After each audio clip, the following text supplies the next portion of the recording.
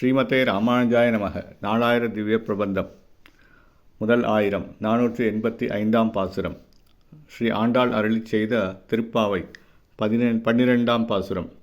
கனைத்திலங்கற்றெருமை கன்று கிறங்கி நினைத்து முளைவழியே நின்று பால் சோர நனைத்தில்லம் சேராக்கும் நற்செல்வன் தங்காய் பனித்தலை வீழனின் வாசல் கடைபற்றி சினத்தினால் தென்னிலங்கை கோமானைச் செற்ற மனத்துக்கினியானை பாடவும் நீ வாய்த்திரவாய்.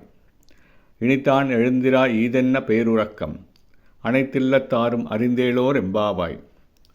இளங்கன்றுகளைப் பெற்ற எருமைகள் தம் கன்றுகளுக்கு பாலூட்ட வேண்டுமென்றெண்ணி மனமிறங்கி அக்கன்றினுக்கு தம் முளைவழியே பாலை பெருக்குகின்றன.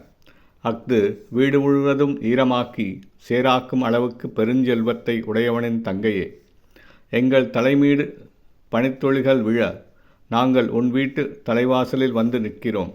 அப்போது எம்பெருமான் ஸ்ரீமன் நாராயணன் ராம அவதாரம் மேற்கொண்ட போது கோபங்கொண்டு இலங்கை மன்னன் ராவணனை அழித்தான்.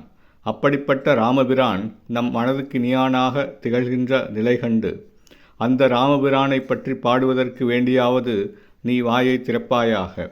இன்னமும் வாய் திறவாமல் இருக்கின்றாய்.